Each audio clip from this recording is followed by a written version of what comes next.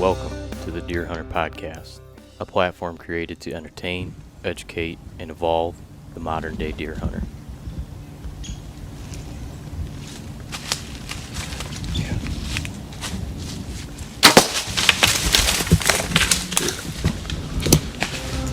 Excuse me. I'm Channel 2. Channel 2. Who, me? Who does Channel 2 work for? I'm Channel 2. You're Channel 3. Channel 3? Yeah. I left Channel 1 open tonight because I was hoping to be able to phone a friend. Nice. But he's not answering. What friend? Ray Bickle. Oh, nice. Mm-hmm. We had ourselves a weekend. I'm sure you did. What are you going to name the baby?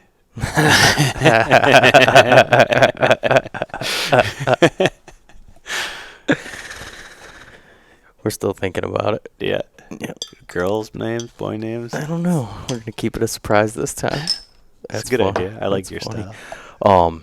He had a story to share before we even took off. He went hunting. See, we left Friday after work. Mm-hmm. He went hunting Thursday. Yeah. He shot a doe. Mm-hmm. For some reason, Ray's shot kudu point broadheads for years. Last couple of years, had a ton of success with them. Kudu point? Yeah. Are you familiar with them? No.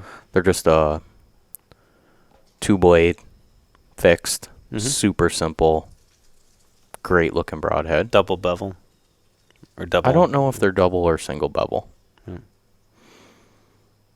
But he shoots them accurate at 100-plus yards. Mm-hmm. They're super simple. They can't really fail.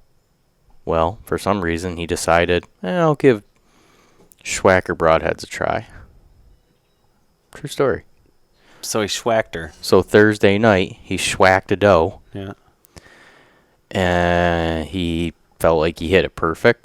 Yep. And the deer ran off out of the field. And he said, and he was running a camera. So he watched the video and was confident he was going to get down and have a short track job. And he goes over and picks his arrow up. Broadhead never opened. Punched right through the deer. Came out the other side. Rubber band or little, I think the Schwackers use some type of rubber band or paper collar. Thing, yeah. Still on there. Broadhead never opened. Went right through the deer. So they're front deploying? Like they fold back? Yeah, those Schwackers fold back. Right. A lot of guys shoot them. That's the second one I know of personally of two people that I know that one failed. And I just thought it would be interesting to have him on to talk about that because it's just a real life scenario that just He lost the doe. Yeah, couldn't recover it. No couple little drops of blood here and there. He ended up. What color was the shaft of the arrow? I mean, was he getting solid blood on the arrow? Was it passed through? I wish we could get a hold of him right now. You don't know if it was a pass-through shot, I'm assuming? It was a pass-through shot. Complete pass-through shot. Complete pass-through shot. So he didn't say what color the blood was, or... And, broadhead didn't open. I've never shot a deer with mechanical before. I've hunted with them, and I don't like the idea of them because of stuff like that. And I use all fixed now. But I know a guy who swears by the Grim Reapers. He says he'll never hunt with anything but a Grim Reaper, and they just blow a huge hole in the deer. Sure. Yeah, I mean, a lot of guys feel that way if they've had success with something, and I've shot deer with mechanicals and killed... Rage or something? Or I shot one deer with a Rage, and it sheared one of the blades off, and the thing looked like I shot it into a pile of steel or something, you know? So I was like, probably won't use these again. That was a long time ago. And so I never used those again. But I've used other mechanicals. I've used Grim Reapers. I killed deer with Grim Reapers. I've killed deer with the couple different ones that G5 makes. Mechanical. Yeah. I've hunted Montec for so long. Mm-hmm. No, I pretty much that was all I was shooting was Montec. Yeah. Well, I was shooting their strikers prior to getting the tooth of the arrow broadheads. Mm-hmm. And then about the same time that I got the Tooth of the Arrow broadheads, I got the bone broadheads, and I love both of those. You And like yourself a fixed blade. I like a simple. Well, fixed here's blade. the thing: I need to be able to resharpen the thing because I shoot with my broadheads all the time. I don't want to be buying replacement blades. Those are easy to sharpen. You can put an edge right back on them. They're extremely durable. They're just simple. Which ones are you talking about? Both of them, really. Both of them. Yeah. Yeah, the Tooth of the Arrow is great because they don't give it to you. You have to pay for it, but you can buy their sharpener that you can't screw the angle up or anything. I mean, you just run the thing back through the sharpener. I mean, you can shoot the thing into the dirt 10 times, pull it out, wash it, run it through the sharpener. One thing I have noticed with those is if you go out hunting and it's raining and they get wet, you're going to want to dry them off. And I would even recommend Oil on them, getting some oil on a rag and wiping them down because I think they're high carbon steel. High carbon steel rust real quick, right? Yep. All my broadheads got a little rust on them in my for my trad bow. We got soaked this weekend, and I'm hunting with those 160 grain Zwickis with the recurve. Yep. And they're coated in rust. I came home and put them in a little thing of oil and cleaned them up. When you're talking about sharpening, it's pretty interesting. Did you listen to Jason in the Wilderness? Some Koviak? Yeah, about his his sharpening podcast, basically. No, he did it. Oh, I need to listen to that. You When know did he how put it out? thorough the guy's an engineer and how thorough he is on stuff. Sam Koviak's an engineer?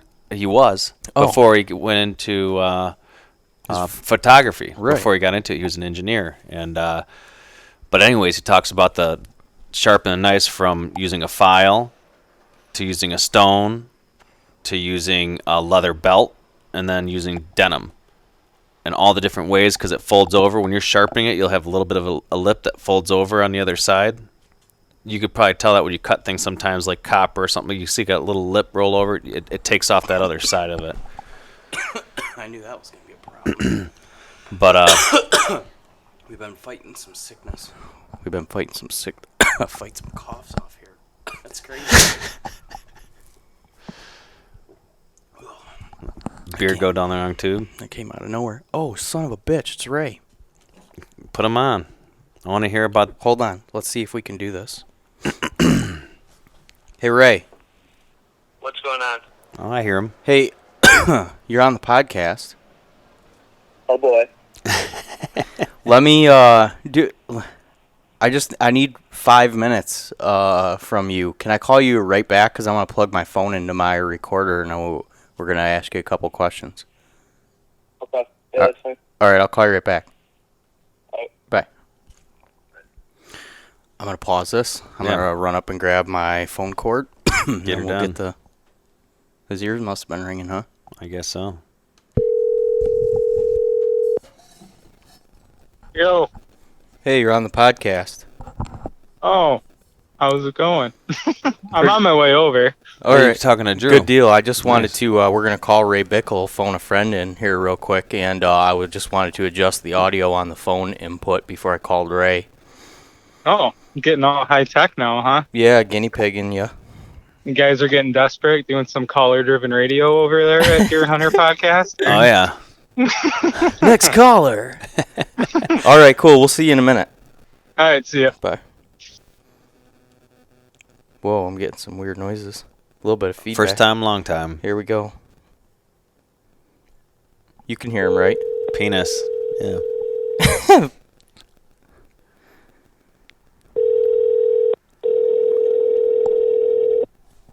If he doesn't answer. My headset seems loud. What's happening? Ray, Yes. I thought you might not have service out living in the middle of the sugar beet patch miles of sugar beets that you. Got Wi-Fi. Good Nice. deal, man. What's going on, buddy? Just got done mowing since 2:30. Living That's a lot of grass. Living that country life. Yep. Loving it. So we were just started to record a podcast, and we were waiting for Drew to get here, and Ryan and I were just bullshitting. I said, hey, I got a story for you. And he had a question. I told him the story about how your broadhead didn't open, and he was wondering like what the arrow looked like, if it had good blood on it or. Yeah, it had really good blood on it. I even had there was a pink blood on the white fletching with a little bit of bubbles. Wow. And I mean, the blood trail wasn't anything special because, you know, it's kind of the damn broadhead didn't open up. Huh. Do you think you maybe possibly single lunged her too, or? No, because I called you. We talked on the way home when I got out early Friday, and I went back and I tracked her, and I got on more blood, but it wasn't like, it was just like a drop every 20, 30 yards I'd find. And I crossed the ditch, went up, and came over this bank where they dug the ditch out a long time ago and brushed her through there. And I came up, and she was actually bedded like 50, 60 yards behind my stand. And at first I didn't think it was her. By the way she took off, I was kind of confused, and I decided anyways to walk over there to see if there's any blood, and there's like 4 drops of blood. And I didn't see a hole in her, so she was quartered away, a slight quartered away. I think maybe I caught one lung. I would have maybe caught both lungs if the head would have opened. Damn it. Sorry, Ray. Getting a little feedback through the phone trying to figure out this on the fly. But you're good. So I kicked her up, and she ran off fine. The woods is pretty open usually when they're hurt. Well, from what I know and I've seen, usually when they're hurt, they'll run like 50, 60 yards, stop, bed back down. She was gone. I mean, she didn't want nothing to do with me. So. Well, that sucks. So was there a retaining ring on that broadhead? Like, didn't you tell me there was some type of collar that it was 100? I mean, you're 100% certain that the broadhead didn't open? 100%, 110% sure. Did I show you the broadhead? I think you showed me a photo of it. Oh, you did show me the broadhead, but we had so much shit going on, dude. I was only halfway paying attention, you know? Yeah, so there's like it's not like a rubber band. It's like a wax paper, kind of. I don't know. It's weird. It might be a rubber band, but if it is, it's super thin. So. But it was still on it was still on there after you recovered the arrow, huh? Yeah. And so I blew through her, and I told you I filmed that. I blew through her, and the arrow went through and ricocheted like 30 yards off to the right. And still didn't open. So I had to put my machinist skills together to see, to try and figure out why this thing didn't open. I'm actually going to my guards right now, so it's static. So on the broadhead, when it opens, so if I push down on the blades, yeah, the back of the blade is completely flat. So there's nothing to really cut that paper or rubber band. I don't know what the hell it is. Oh, I know what you mean. So the finished blade isn't machined down to the corner of that blade design. Is that what you're? Yeah, right. It's just flat on the back. Like they should have maybe had like it should have been a sharp edge. The whole blade's sharp all the way around, except for that spot where the rubber band sets or paper or whatever it is. I get you. Yeah, I hear what you're saying. These are brand new out of the package this season? Brand new out of the package. Came with the practice head. One already had the seal on it or band on it. Another 2 I had to stick the band on. Schwacker. Well, I don't know, dude. Those things always seemed a little gimmicky to me, but that's just my opinion. I've never shot them, so I can't say that like truthfully, but I do know that you're personally the second person that I know that's had one. Well, my cousin did recover a deer. He shot one with it. He did recover the deer, but I mean, it suffered as heavy of casualties as I've ever seen any broadhead ever suffer. I mean, the thing was just completely mangled.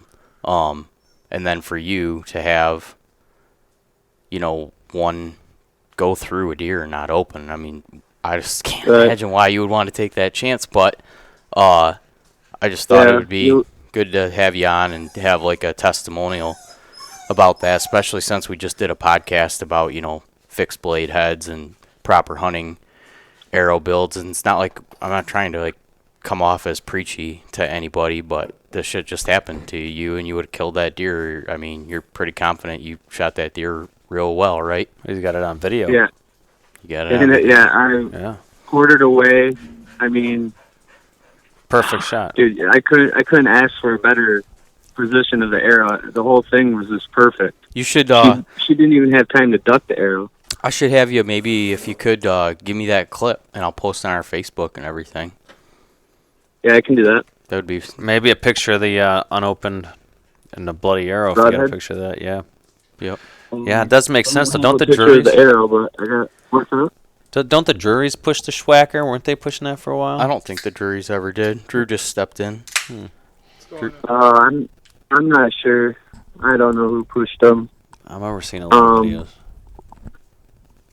You just said you didn't want to preach about broadheads like fixed blade and expandables. I'll preach. When you put in as much time and effort as I did all summer, especially before my elk hunt, and have a broadhead fail out of your whole setup, it's fucking annoying. Oh, yeah. Dude, it's... I haven't gone with mechanical broadheads heads in a long time. I know a lot of guys have a lot of success. I can't talk now. Success with them, but I don't know. I've just always stuck with the fixed ones. Yep. Yeah, and I got those.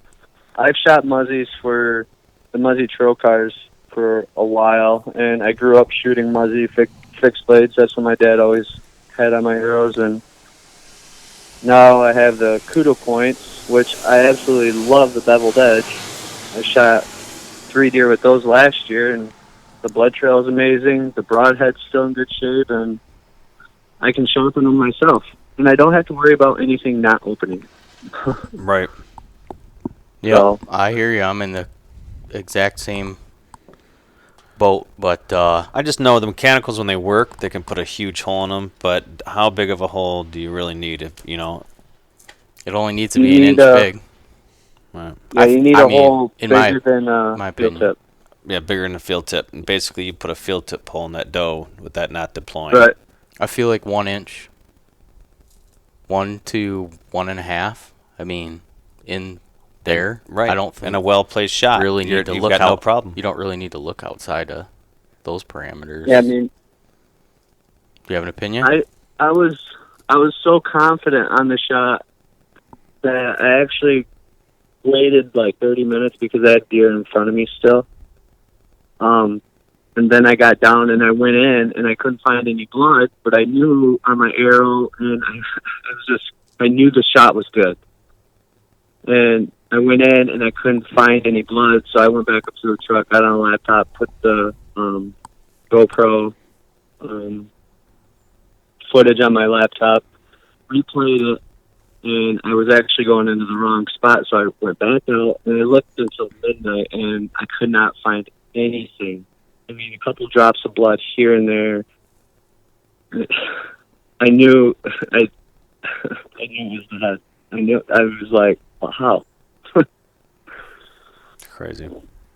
Yeah, It's a mechanical thing. What's going on, Ray? I just stepped in and caught the tail end of that. Drew's here. Yeah, don't shoot mechanicals. No, I learned that lesson about 10 years ago. I haven't touched them. Ever since I found the Montex, I had switched over to those, and I hadn't looked back, and now I'm on these Tooth of the Arrows. Since I found out Montec was a cast broadhead, and the Tooth of the Arrow is actually machined out of one piece of steel, but no, I don't shoot mechanicals anymore, ever. It's a gimmicky thing, really. It's just to compensate for a poorly tuned bow, but... And, yeah, everybody, I feel the same way, and I honestly don't know why I went to the mechanical, because I've had bad luck with, it's probably been 8-9 years. I shot a doe, and I don't know if that had opened or didn't open, but there was a rage, and there was no blood in the snow. Yeah. and I hit it on film. I want to say one thing. I heard Snyder talk about this, and there is one scenario where he would kind of go with mechanicals, and he said for a guy that works 100 hours a week and doesn't have a bow tech around and just has a marginal setup, he said if your bow is not tuned and you know it's not tuned, probably a better option for you to shoot a mechanical. But if you're concerned about, having your bow tuned and having a tuned arrow, why would you put yourself at that percentage of a chance for that to happen to you like it just did to you? Right. And for the people that are listening, I learned, so when I get a package like my Muzzies, sometimes you'll get one that just flies totally different. If you reflex your arrow so the vanes are lined up with each blade, that thing will hit its mark every single time. And I was confident out to 100 yards with my Muzzies before I left to Colorado. And I don't know. I don't know either. Did this just happen last weekend? I missed the whole story. Happened to him Thursday. We left Friday. This happened Thursday, yeah. Oh, all right. Thursday evening. So. And they flew great because I was shooting the practice head at my targets. They were flying amazing, so I didn't have a problem with the flight. And I probably should have. I might actually stick one on an arrow just to see if it actually opens in my target. Did you find the arrow, or is the arrow gone? No, I found my arrow blew right through, and then ricocheted like 30 yards to the right. Oh, no. Still didn't open.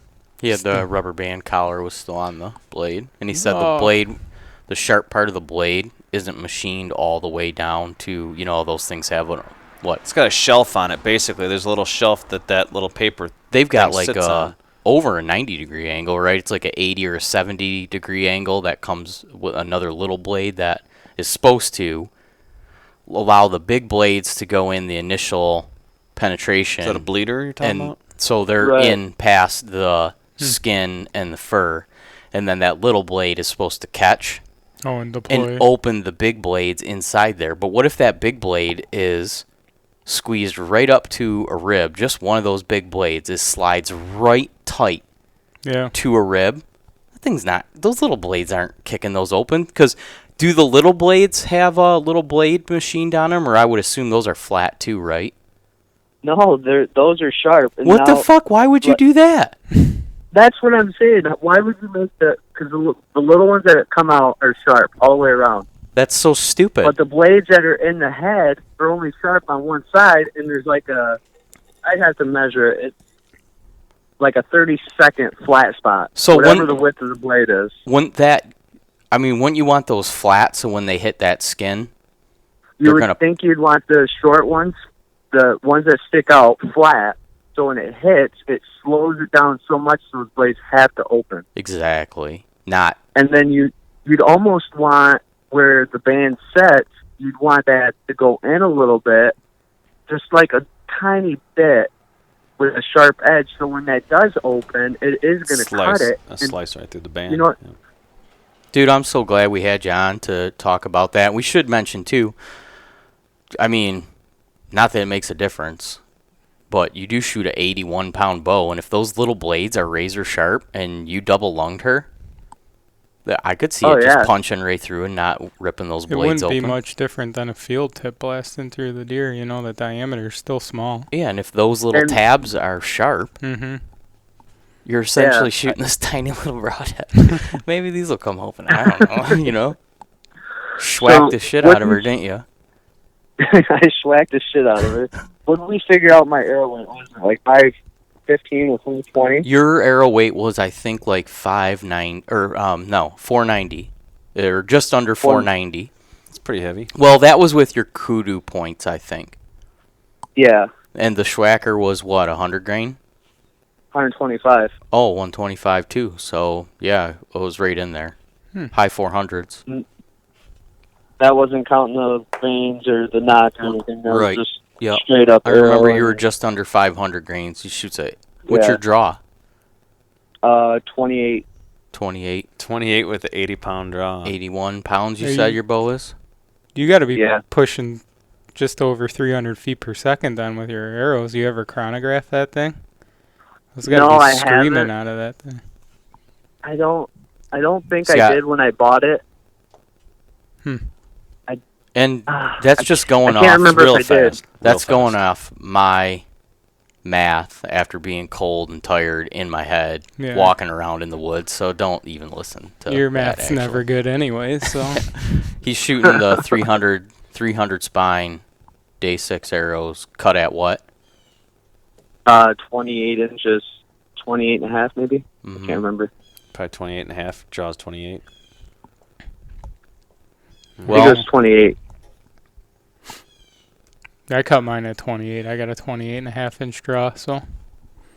no sense. I mean, they're just past my riser, barely past it. Yeah. Enough where when my broadhead comes back and I'm at full draw, it possibly could cut my finger if I didn't have a backstop. Nice. Well, Yeah, so, no sense in beating a Nope. dead horse. yep. So I mowed for 4.5 hours thinking how a broadhead didn't open. So, yeah. You know, just another beautiful day here. Yeah. Well, sorry about the loss once of I that get off doe. the phone. Once I get off the phone, I'm actually going to throw one on the arrow and shoot it at the foam target and see what happens. I'm just curious now. I don't know. Why don't you give us those other two? We'll run a giveaway with them. What's that? I said Giveaway shit broadheads. Yeah, why don't you give us those other two? Donate them to the podcast. We're trying to get listeners or lose them. give them away. Here's some bad advice. Jack, can I donate them to the podcast? How about the one that didn't open? We'll take that one. Put it on I got display. that one still. It's actually still on the bench right where I stuck it when we left. You should have a Hall of Shame with failed hunting products and just hang it on the Hall of Shame. That's a great idea. All right, that's the first piece to the Hall of Shame. Yeah. How about that? Don't give us shit hunting products. Put a date on it. Yeah. Well, like he said, you work that hard, you get a couple opportunities a season. Why would you want to? It's heartbreaking to lose a deer too, man. Right. It And hurts. nobody, you know what it Yeah. comes down to is people lying. You know? I'm sure Seriously. they work It- sometimes. Come on, man. It's a mechanical thing. That's the Right. problem. You're rolling the dice with a mechanical thing because so many times of use it's gonna I've fail. seen those assholes on YouTube. They got guys dressed up in lab suits, like shooting gelatin blocks ballistic and gels, yeah. shooting chunks of meat out of the butcher shop and shit. You know, they try to make it like this. They shoot through a 2x4 or I'm sure not a they've- 2x4, They're better piece of salesmen. plywood, I think, with the Schwacker broadheads in there Yeah. as they used to They're run. better salesmen than I'll ever be. I guess that's the. But cool, dude. All right, well, we're on limited time, and we got a couple things to hammer out here, and I'm sure you got some weights to lift and miles to run and Yeti to drink. So Yeah, heard you and My Kevin had a good Yeti's still weekend. not here, dude. Still waiting for the Yeti. I told I'm Ryan. actually getting ready to eat dinner, so. I told Ryan we had a real good weekend, and Ryan asked what we're gonna name it. It was cold. Two men in a teepee, man. 2 men in a teepee with that just stove chooching in there. two men in a TP.com. Yep. New web address for the show. Came up with a new position called the tut. The tut. Nice. All On that right. note, All right. All right, Ray. Well, have a good night. Have a good night. Talk to you, have fun, buddy. guys. Thanks for the time. Bye. See you, Ray. Later. well, that was cool. That we was had a nice little Schwacker.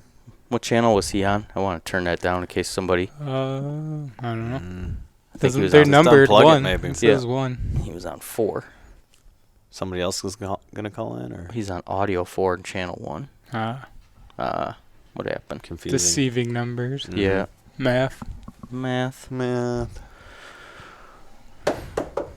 Wish we had more time to talk to him, but we got to do our business and be done tonight, huh? We're Yeah. all Just just around. putting ourselves fucking behind the. Oh, yeah. It was Yeah. tough to. Can't Pull you this. can't go first and second down and take a loss and expect for the game to come out good. And we are taking a fucking hard loss by spending time in here tonight. Mm-hmm. Oh, Yeah. yeah. Yep, probably losing 4 on first down. Just gets Stupid run play that the Yep. lineman couldn't block for. Right. overpaid. So here Been we are. watching football? Fuck no, I haven't had any time to do anything neither. except work. We listened to the Lions game on the way home on Sunday. That was fun. They beat the Packers, and That's Mason Crosby missed a bunch. Sorry, I know we got a lot of Wisconsin fans, so we don't want to. But Rub it in, but it'd be Oh, nice yeah, to we go. do. It'd be nice. It'd be nice to go to Lambeau and get a win. So I'm sure that probably just started a whole mess of shit that I don't want to deal with on the Yeah. Facebook page. But Our win-loss who's the guy? percentage is Who's not the in guy our that favor. posted the? Did you see the? Oh, you're not on Facebook at all. no, not at all. Tell them what the. No, it was somebody. Well, it was like a little picture of pubes in a napkin or something. It said like John Eberhart scent control or. It was like an artistically taken photo, like backlit and everything, Oh yeah. of like somebody Chris, with it was cool. like a pile of pubes on like a white napkin or handkerchief, and it said like a tribute to John Eberhart's scent control regiment, hooray, it's Oh hunting my season God. or something Yeah. along those Oh lines. my gosh. Yeah, well, right out of his book, man. Right out of his book. Should have captioned it party time. Party Holy time. shit, that's a terrible beer. Somebody put this in my fridge. It's not from this country. Aged red ale. It's either expired or just terrible. Too far aged, huh? Petrus. I see it shows cherries on there, and that's why I tasted it was something sweet. I'm not really into that with my beer. You can drink it? Yeah, I'm gonna drink it. Good for you. Good for you. Sarah complained about it first, though. You guys saw some deer yesterday, huh? Yeah. Don't Yep, say been where you seeing were. some deer. I mean specifically, because Sunday. That's a good kind of spot. a cherry. Good spot. It is a good I spot. like it. We had to I work think- for it though. It was eventful getting in and out of there. Do you Well, feel like one of us stayed dry? Yeah. for the One of us did not. for like opener and the first week into it that all public land is better than it is all season, just because? I couldn't believe we were the only people parked there. Right. We That's what I'm got saying. there, it's like this doesn't even make sense. It was There was no one. where- 50 degrees Sunday out, evening, so Oh, we you're- did see maybe that. some guys don't do Sunday. and the 'cause they're going Lions back. were playing and winning, so that could have been a big part of why there was nobody I out there either. Would rather be out in the woods. Yeah. There was no cars in any parking lots where we were Yeah. last weekend, but we did see one guy walking a main 2-track. He was coming out with a 5-gallon bucket, and he wasn't really in hunting clothes. He was just in like civilian clothes. Older guy, probably in his 50s. And Ray's like, oh, he's probably baiting a stand, Mhm. So we saw where he came from. Just kind of followed the topographical features that way. Yep. And we found his bait pile and his stand, and he had a camera right on the stand, and then like a 15-foot ladder stand in a pine tree. All We're right. like, this could be good because there's bedding like 200 yards from here, so let's go right from here down to the bedding, and as soon as it gets good, we'll stop and set up. We're gonna hunt this guy's bait pile. And the travel path to it, yeah, right, basically. Yeah. right, far downwind of it. Mhm. That's a good. It was a good run. It was a 'cause- good spot in general. Like, that's why we were scouting. That's why Mhm. we were on that spot. We were on that spot because of a map. We were following a terrain feature, and that was there. Well, the biggest thing on public land is hunting the hunters. So that right there is Right. using the other hunters for your advantage to find out where they're putting pressure, where they're adding something. You know what I mean? Here's the other part of the deal, too, is the reality is we go up there, we have a morning, we have 2 morning sits and an evening sit on a weekend hunt, right? So we have 3 hunts. Yeah. The first morning, it poured. That sucks. It just poured. So now we get 2 hunts, right? First morning just was a nightmare. And it was the first hunt of the season for me, not for him, but whatever. It was good to get in the tree. I enjoyed the hell out of it. My first sit, I always feel like that. Like my first sit, I'm kind of But- fumbling with it, but after that, I'm good to go. Where we were, we needed to be able to hear deer coming, and it just poured. I mean, trying to do it with a camera and stuff. Right. I mean, I got the camera covered up with a rain jacket, so it's not like if we see a deer, boom, I can just throw the camera on. Or just, it was cold, the batteries were dying, I couldn't just leave it on. So we figured, hey, man, we're going to do whatever strategy that we possibly can to try to get a deer. And we went down there, and there really was no good sign. There was no great spot to hang, sit. We just fought. We felt like we could find something better. And at this point, it's like 4 o'clock. We want to be sitting by 4. We got to put 2 stands and a camera up. And so we keep going and keep going. And we're like, damn it. It's really not looking good, dude. Like, what are we going to do? Like, we need to just throw something up. And finally, we were just like, game time decision. We're like, well, we pull out the map and look at something. We're like, what about this? This makes sense, right? We're like, yep, let's go. So we're trying to be quiet and sneak this whole time. And we didn't take off on a run, but we didn't care about making noise because we had probably a quarter mile, I would say, to go, and we want to already be sitting. And so we took off, made a bunch of noise, got to where we thought we might want to sit, and we're like, oh shit, bunch of big ass rubs in here, fresh deer tracks, poop everywhere. We're like, yep, this is it. So find a spot, found a tree, got up there. It was probably 5 o'clock by the time we sat, but good wind. And as soon as we got up, I mean, we weren't even sitting yet, and we were sitting a fresh cut. And on the other end of the cut, doe stands up. She was bedded there. We were quiet enough putting stands up, and the wind was in our face. She didn't hear us or see us. Doe stands up and just shakes her tail, mills around a little bit, and then she just walks off into the woods. We're like, sweet, we're good, And rest of the night, we didn't see anything. No shit. Yep. But we're like, stands are up, and here, this is a good spot. Let's sit this in the morning. So we hiked back to camp, came back there in the morning, and we're trying to decide, we're like, what's the best way to get in here? Because last night, we had to walk through a couple heavy trails, and then we came up to those rubs. I'm like, those deer are probably using those trails. Probably bad to walk through there, but otherwise we would have had to walk out in front of us and lay our scent basically where we were looking to shoot. So it was a gamble. Well, I guess you could say we gambled right, but also it was bad to go the way we went because we came in from directly behind us, and behind us is pretty thick pine ridge. The deer love them, right? But you get up 10 feet and you can't see very far the parts that they like a lot. And so that's where those big rubs were. We get up in that tree. We're sitting for probably an hour and a half. And you just start hearing raking on a tree. And you hear some sticks snapping, deer walking around. We're like, oh, sweet. And then, I can see Ray out of my eye, and as soon as I turned, he turned, and we were both looking over there. It was pretty loud. It was noticeably, and it wasn't an elk because it would have just been way louder. Yeah, they sound like a truck coming through the woods almost. Exactly. So there was a buck right behind us, probably, I would say 30 yards rubbing, and then we heard it start walking. It's pretty quiet out, and you could hear pretty well, and you could hear it start walking. I mean, we were both following it with our eyes. Couldn't see it, but knew almost exactly where it was. And we were both thinking the same thing. That's right where we walked. And about when it got to there, it stopped. And then you heard a couple more footsteps, and then nothing again. Yeah. I had that happen to me the opening day. I was just hunting the farm there, and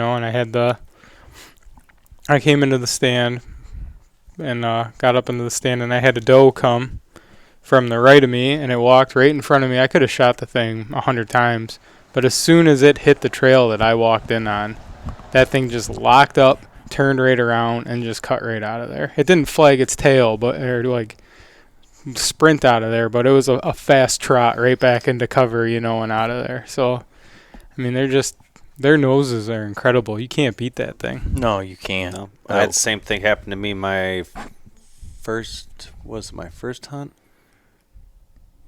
No, it was last Wednesday. I hit a little piece, and I walked in. The wind was coming from the northeast, and I walked in basically from the northeast with the wind in my face the whole time. And I got kind of twisted around a little bit in there. I was using my Onyx, but I still kind of was off the trail. It's so thick. Mm-hmm. And so I found the tree that I sat up in last year. It was a pretty good spot, and I had trail cam pics of nice buck there last year, 2 nice ones, and I was hoping, that maybe one of them made it. So I actually didn't set up in the tree that I did. I moved a little bit farther to the east. But anyways, I'm up in there hunting, and I had a couple little windows, probably about 15 foot off the ground, not super high off the ground, 16 foot, and in the saddle. And I looked down after I got up there a little bit late, around 5. I looked down, it was probably about 6, a little bit after 6, and I could see a deer like 15 yards from the tree, right underneath the tree I was going to set up in. And I see it moving around. I'm just watching it. I got my bow. I pull it off the hook. I got my fingers on the string, and I'm watching them. And then I could see popping up. I'm just getting tiny little glimpses of them, and I could see a nice rack start. I'm starting to pick this rack out behind the branches and the leaves and all that, and I can start seeing that moving around. That's they kind of got me going, just watching that thing bob. And then I'd see his eye a little bit, and I don't know exactly what he was doing down there, but then. Just as I was hoping, it looked like he was going to start moving maybe a little bit, and he shifted. He locked up, same thing, and tail down and just kind of scurried off. And I dropped my milkweed, and it, sure enough, kind of went around a couple branches, swirled back, and went right where he was standing. So the wind just shifted a little bit to from the east. Sure. But it's a nice buck there, and then I got a trail cam video of him in the background. I don't know if you saw the post I put, but I think that's the same buck. Yeah, I saw it. You can't see much, right? But the only way I could get it was about you could stop it and I rewind it and catch little glimpses of it. So I'm guessing like around 120 or a little bit under, but pretty nice buck, good sized body. I got some sweet elk photos from up there this week. On your Exodus. When we set out Sunday night, we were about, 100 yards apart, 200 yards apart. You and I, what was it? Maybe 275 foot I measured. Oh, you measured it? Yeah, so 100 yards. And it was about 5:30. I just heard a doe just blowing or something. I'm like, what the hell is going on? And Ryan shoots me a text. He's like, you just get winded? I'm like, I don't see how, it was dead upwind for me. So I take a milkweed out and I throw the milkweed, and the milkweed drifts the opposite direction of where I heard this deer blowing. I'm like, I don't know what the hell happened. That doesn't make any sense. And literally like 15 seconds later, I see my milkweed come right back across in front of me. I'm just like, holy shit. Right there. It was impossible to sit out there. I think my mic's off. Oh, really? That's yours, huh? Yeah. There we go. I can hear myself again. That's weird. Yeah. Yeah, but it was down in that little river bottom area, real thick, and we walked up. As soon as we got to the spot, we wanted to cross the river, and we had a plan for one area, but we've had so much rain, and the creek was up real high, so we started to backtrack and just follow the riverbank, basically, up through there. It was real thick, and we walked up on that deer, and he was probably 30, 40 yards from us. Yeah. Didn't spook it at all. We stopped. I think we saw it before he saw us, or he didn't. He wasn't really worried about us. We had the wind in our face there too. Yeah, he was completely upwind of us. So. And we were trying to figure out what to do. Pressing on like, here we're going on deer hunting. Here's a deer. So why don't we maybe try to figure out how to shoot this thing? And it was just where we were at. It was. It would have been so hard to try to cut him off or whatever. We don't know exactly what it was, and we decided just to bumping. I don't even remember what the kids are calling it. Bump and dump. Well, bump and grind. We did. That was after the unsuccessful deer hunt. We had a bump and dump in the truck there at the access, but no. But so, anyways, we just kind of kept going. I didn't see him really take off and book. He might have scurried off before he decided to even move. Right. But then you saw one more deer right underneath you. Yeah, right after we set up. Yeah, we set up, like I said, a little bit after 5 or so. We were probably settled in. Yeah, I spooked that one. Fucking around, putting my hoodie on. Yeah. Classic Jason Hoover move. It was brutal. It was right underneath my tree. I had no idea it was even there. Yeah. We had the most epic river crossing ever. Had to move. Yeah, we moved a log. Yeah, because the river was up higher because we got all that rain. And so we're like, well, we got to get to the other side. So we find this. It's just at that point where, like, if I got a running start, I could maybe jump across. Yeah. But you knew it was too far. You would never, So we find this, 12-foot beaver cut down this tree. So we take and we throw this thing across the river. You know, we got stands on our back and shit. It's not coordinated at all. We get that set across the river, and I find a stick, and I walk across. And Ryan hands me the bows, and he hands me my bow. I set it on the ground. He hands me his bow, and I'm holding that. Just kind of standing there for whatever reason. Yeah, and like there's no bark on the tree, so it's slicker than fish pussy. And like my boots just kick out from underneath me. I fall. I crotch myself right on this log. Just get soaked. And while he's holding my bow, and as he's holding my bow, it's first I'm like, oh wow, Drew saved it because the fletchings were down. Yeah. And then he just starts like kind of like milling around, like thinking about getting out and standing in there, and he just shoves my feathers, and they're like, Drew, my feathers, they're feathers, pull my feathers out. Yeah, so I'm stuck with a log basically up my ass, and I got a stand strapped to my back. My boots are just filling up with water because I'm about thigh high in the river. You're about to use the recurve as a cane or something to get yourself off so of that. So I finally hand you back your bow and sulk my way out of the river. It was pretty eventful. It was funny. If somebody, because there was a ladder stand right by us, so if he had a trail camera, he's going to be dying watching that. Oh, dude. It was funny. It was pretty funny. Oh, I was in tears. I was laughing so hard I couldn't get out of the river. At least you didn't get short and curlies wet because that log stopped you on the way down. You guys saw some deer, though, huh? Oh, yeah. Yeah, and there's just looked like good activity in the area. It looked like it was full of deer. That's a bucky spot. Oh, yes, definitely I think is. it's a very bucky spot, and I think it'll be revisited by us here shortly. We got it marked on Onyx now and got the river crossing all established and a better plan of execution. So I think next time we go in there, could be pretty successful. Dude, and what I did too, and I learned, I don't know if you guys do this, but when you're looking at your Onyx maps and like satellite images, I'll cross-reference areas off of other maps that'll show me different things, and I was able to cross-reference that area on a different map program that showed me better deer trails through the whole thing. Mm-hmm. And I was able to pick out some like good hard intersections and spots elevation-wise, and just look like travel routes that are going to be a lot better for next time. So something to think about, not just going by the Onyx satellite, but when you find an area, go even on your phone to another app. Mm-hmm. Google Maps has a really cool 3D use feature now where you look at it and you can get a better idea if there's bigger trees in the area and stuff.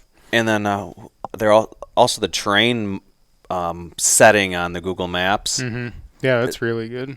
One I did use, I don't want to get on too long of a talk on the maps, but it's a kind of a good subject as we're scouting through the season too, is on Google Earth, especially when you're hunting hardcore hill terrain. When we're hunting Ohio and we're getting those cliffs and sheer drops and all that, you can get in there and you can fly through it like you're a bird, man, through those different areas and pitch it down and angle it different ways and get a really good idea about that. You know, it'd be nice if you could do something like that with the markings for public and private, you know, just with the Onyx. But like I said, you got to do a little bit of work.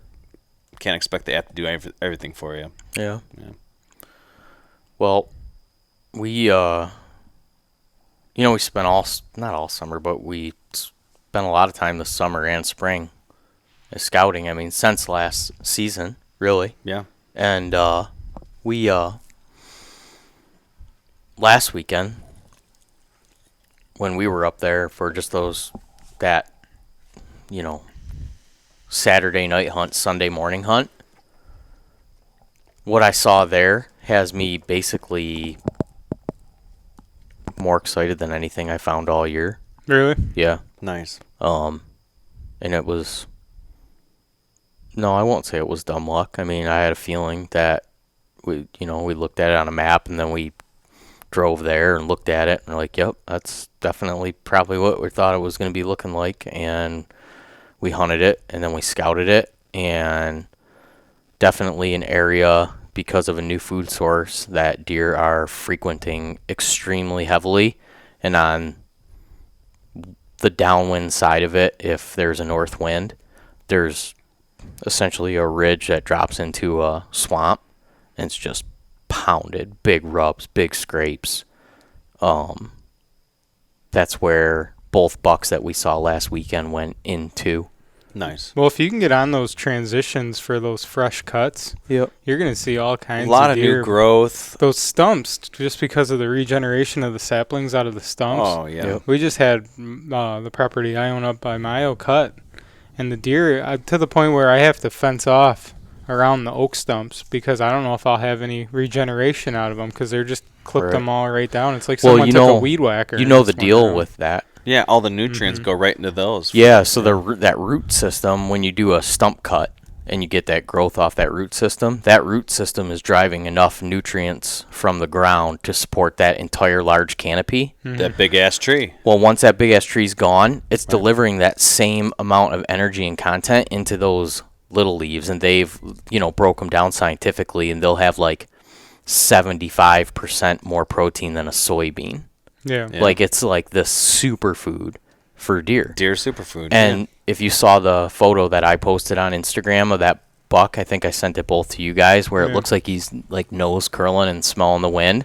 He's not. He's picking those poplar leaves off of there. Yeah. They just walk, pick a couple, walk, pick a couple, and they would grab the top ones. And a guy messaged in and said they like the top ones the best because those are like the newest. Nice. Yeah, the fresh growth. growth. Yeah, it makes sense. Man. Crazy, Deer right? know what they like, man. Yeah, so we rehunted that spot Sunday morning, and we sat till probably like 9:30, and I kind of wanted to be out of there like by noon, and we had to hike back. We had to pull the stands down, hike back, tear camp down, get in the truck, go home. So it was going to be 9:30. We hadn't seen anything, and I'm like, hey, 30 more minutes, And maybe about 5 minutes after I saw that, Ray's like, buck, or deer, deer, deer. And I look up, and as soon as I look up, he says, buck, buck, buck. And it's running across the clear cut on a dead sprint. There was a right through the center of it where the machines had ran. So there's like a Rutted. two track where they were running the machines, and this buck's running at a full sprint from the farthest point in the clear cut that we can see straight towards us. Perfect. And it runs to about 120 yards, and it gets to a little patch where they had left a couple trees, and it stops, turns right around, it's just staring back where it just ran from. Like, oh shit, what's going on, Expecting a coyote, maybe Bigger another buck. buck. Yeah. Yeah, or to see somebody, walk across the field Mhm. down there. And, sorry, drink my ice cold, crummy foreign beer here. Nothing. He just sits there. Just continues to look back for it seemed like forever, because as he's running across the field, I'm opening the viewfinder on the camera. Ray's grabbing his bow. Right, it's go time. The way that the tree stand's set up in this spot, it looked like it was going to be a huge disadvantage to have the camera arm as far as actually being able to get everything on tape and not be an obstruction to him. So I'm like, we're not going to, and I, like I said, we were already late getting up the tree. So we're not going to mess with it, right? So no camera arm. So I'm trying to hold that camera this whole time. Well, that buck stands there for like 5 minutes. He's looking back, and nothing comes. Finally, he starts relaxing and does a little tail shake. And as soon as he did, he starts feeding. And he's just moving around through those poplars, but that poplar growth is like 8 to 6 feet tall. And so I'm watching him through the viewfinder, and he's at 120 yards. So I've got the viewfinder zoomed in, and Ray's watching through binoculars. And he's going in little places and coming out of places, and you can see him, and then you can't see him. Then he went into one spot where there was they had left a tree that had a bunch of vines coming down from it, and you actually really couldn't see him behind there, but he went behind there. It's 8 to 6 foot either way, and for probably 5 minutes or so, I was looking for him through the viewfinder. I can't find him, so I'm looking outside the viewfinder watching. I'm going back to the viewfinder where I last saw him, trying hard to locate him. And then that went on for a couple minutes, and finally, boom, he pops out broadside, kind of on a little bit of a high spot, clear, open shot for us. I How figured, far? I thought he was at 60. Ray ranged him, and he was at 80. So I have the viewfinder on the camera, and mind you, I'm hunting with Ray, who shoots 100 yards all the time, Right. and he's paper plate at 100 yards. He sets his I see him set his Mackenzie 3D target up and consistently shoot the doe in the head at 100 yards with a broadhead. So I'm like, In the head? in the head. Yeah.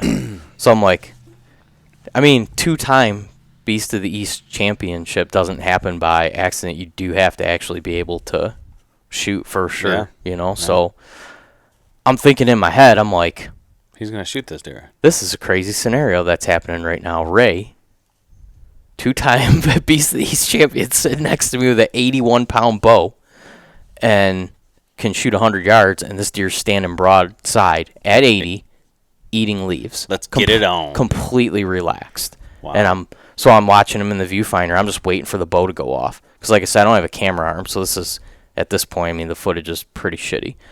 I won't do that again.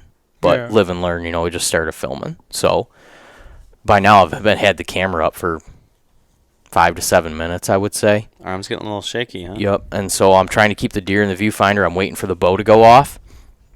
I'm like, take the shot if you got it, because I could tell the deer, it's not going to stand there for forever. And he looks over at me, and he's like, picks his rangefinder up, clicks it, puts it down, grabs his bow, puts his pin at 80, starts to draw his bow, and the deer turns. Right at that second, turns and starts walking straight away. And it's already at 80. So there's no Yeah. Yeah. And then just continued to walk down, and he was probably 150 yards, and he was starting to pick up pace, and I'm like, I'm going to grunt at him, And I don't know what I was thinking. I was just fired up, right? I didn't have a grunt, so I was like, meh. You bleated at him. I'm like, meh. And we've been sitting there quiet all morning and camping and laying in the dirt and shit, and it's been raining for 2 days straight, so my throat's just full flat. So it's like, It's not like a smoking deer. It's just the Dicky The Mo grunt. smoking deer. Little rotten Dicky so Mo. I'm like, I'm going to snort wheeze at him. Oh, come on. Yeah, so I'm like, or whatever, And the deer just flags his tail and runs down into the Oh, swamp. my gosh. And, I don't know if I'm ever going to have you film. so we're like, Making all sorts of weird noises in the background. dude, it was my first hunt of the year. I was fired up. I knew it was a last-ditch effort. The deer's walking straight away. It was a Hail Mary. It was the Hail Mary from It's like hell. either run or come. Just run faster or come back here. Right. So, I film him. He gets to that ridge that goes down to the swamp. He gets to there, and he stops, and he's just kind of looking around, whatever. And then he just walks down right into there and lose him in the swamp. And so we're like, holy shit, that was awesome. I'm like, why didn't you shoot? And he's like, I was watching another buck. And, like I said, those... You didn't see the buck you saw? We both saw that buck run in. Yeah. But He was watching a different one. that deer moving around out there, he bumped 2 deer up that were bedded out there. And we couldn't see that deer. Well, Ray's kind of looking this way, and I'm looking this way. Another buck is walking this way, and Ray's watching that buck. How big was that one? Spike horn. Oh. But with long sweeping spikes. Yeah, kind of cool. And that other deer was at a full run and in a bunch of thick stuff when we saw it, so of course that was the buck, and he's ranging it. It's at like 125, and I'm like, take the shot if you got it. And he's like, what? Yeah, what are you talking about? And that's when he looked over and saw. He's like, oh. And so he's telling me all this, and I'm like, all right, Ray, you just didn't see it, And so whatever, we're just laughing about it and shit. And I was holding the camera up, and we're just talking about it. And this other buck starts running away. He was way out there. It was a spike horn. We weren't going to shoot him anyways. But there was another buck, and he was watching that buck. And when that buck took off to run, there was another doe that jumped up, and she ran with him. That was like their little crash pad in there. Yep. So it was That's awesome. funny. That's Yeah. great. Yep. So it's been a fun season so far. Mm-hmm. Couple weeks, you'll be able to go back in there. By the time we make it back, well, you're going up this weekend, aren't you? Yeah. Ray's like, you call that snort wheeze? I'm like, yeah, they don't work here in Michigan. He goes, I snort wheeze to deer, and I don't know what that was. I was like, I don't know either, dude. I apologize. I have no idea why I did that. I was just excited. Yeah, I was. Honestly, I was. First hunt of the season. Heart was racing. Yeah. Yeah, I was like, oh my God, no way is this going to happen. Like, That's awesome. not to promote shooting 80 yards, but if guys, If you can do it, do it. if you Yeah, I can- don't know. That seems far out of a tree stand, you know? Yeah, just it seems was really calm far. morning. There was really no wind. I mean, And- if you practice it. If you practice at 100 yards and you can shoot in a pie plate consistently at 100 yards Yeah. and the conditions are right, Right. take an 80-yard shot. I can't say that because I don't practice at 100 yards. Yeah, You know? Right. absolutely. Yeah. My comfortable range is 60 yards. Right now, I'm a 4-inch group at 60 yards. I won't go any farther than that. I'm at 20. I know. That's with my compound. With my recurve, I'm at like 12 a whole lot right now. 12 is nice. I like 12 a whole lot right now with my recurve. So 15 and in with the recurve. I don't have the time right now, you know? That's what it's come down to. I'm very comfortable shooting it. There's a reason why my recurve just sits in the garage right now. I don't bother with it because I don't have the time at all. Right. What'd you get your nephew one? My nephew he was saving up money, and Oh, he didn't have a nice. whole lot. He was looking at getting a compound, and I said, you know, the other option is going with a traditional. I'm doing now. I enjoy it a lot. You know, you can get one a little cheaper, and it's that brand with it, Smith. Not Smith. Boy, it's going to be S- tough as a young boy coming up with a recurve. Huh? All the guys with compounds are going to fucking You're going to razz have a the hard shit out time of 'em. knocking the girls away from you. They're going to Dude. know you're tough. Dude, they're gonna know he's the real deal. Yeah. But he got this nice little setup, so I told him. I mean, he's got to practice with it, get good. You know, get good. All but his friends are going to have crossbows, and he's going to be out there. Yeah, he's that just the wood man. bow. I'm proud of him, man. Look Yeah. at it. I mean, Yeah, he there did is it. a lot of kids coming up that aren't maybe going to want to take the energy to learn how to shoot a bow because they don't have to. Great way to learn with a recurve. I think it is a great I'm way not to a- start out. Yeah, I do too. Long simple. before you buy your kid a crossbow, have him shoot a recurve. for Just- a while, for fun. Yeah. Yeah, because 6 years old, right? I mean, really 6 years old, they can start I flinging mean, arrows I mean, around. my daughter's been shooting hers since she was 4 and a half. We got her a little bear recurve. Just a cheap one. They're like $30 at any of the big box stores. You know, they come with arrows, everything, and she likes to stand in the backyard and shoot that thing. It bounces off the target when she hits it, you Yeah. know, but No, it's something about shooting an arrow. You know, Yeah. like you said. I mean, I'll get her a compound in the next couple of years, but you're not gonna. I mean, I'm personally not gonna go drop $300-400 on a compound, arrows, and everything, and have her shoot it twice and say I don't like archery. Right. Yeah, You no, know, so I agree get her with that. something cheap and let her. I think that every compound guy should own a recurve or a longbow to shoot, even if it's just for fun. I mean, it's more fun to shoot. I think it's more fun to shoot than my compound. Yeah, I enjoy it more. That's why I'm hunting with it and why I'm doing it. 'cause I think just they're a enjoy great it. thing for the youth to start out with. Right. And I'm I still do a too. kid, so Yeah. I do need to shoot my. I shot my compound earlier this year, but I need to shoot it again. I got that trip to Ohio in a week from now. We got a week-long trip. Yeah, October location, we call it. that's great. We're kind of up to date. You know, we don't have much time, so let's just kind of cover what's going to happen here in the next couple weeks because it's probably realistic that we're not going to talk for a couple more weeks, right? Yeah, I can't think of even when we'll do it next time, but We'll do something soon. We'll try. Yeah. But I mean, yeah, we would do it sooner if we could. we would. Yeah, It's tough. It's tough to even make this tonight happen. right. But, Exactly. That's why I'm saying. So you're getting ready for Ohio? Ohio, we went down. This is the second year that we've hunted it. We hunted it twice last year and went down before we hunted it last year and scouted it in March. Then this year we came back, scouted it. We did a 4-day or 3-day weekend. I think we did a 3-day weekend. And we scouted for like solid 2.5 days. I thought it was a 4-day. But anyways, we added an extra day or so from the last trip because we know we didn't cover as much as we wanted to. So we re-scouted some of the stuff we'd hunted last year and scouted. And then we went to a different area nearby and scouted a bunch of that. And now I feel like we're really starting to get a lot of good areas. So if things aren't happening, we can move around quick. So we got that scouted out, and we're going to go down from the 19th through the 26th, 27th. and then 27th maybe possibly, and then come back here for a couple weeks, and then I'm gonna go up north again for gun, probably a day before gun or whatever. Try to get a bow hunt in before gun, and then do some gun hunting, probably up north with you guys, and then up towards the Traverse City area. Yep. So that's You talked to Nick today. Does he said anything? Does he have any intentions on doing any deer hunting? I mean, I'm sure he's going to Ohio. He's going to Ohio. He's going to Ohio. Do you think he'll come up north at all? Don't know. Maybe. Very possible that he will. But right now he doesn't even think about deer hunting. He's so busy. Yeah, I get that. So.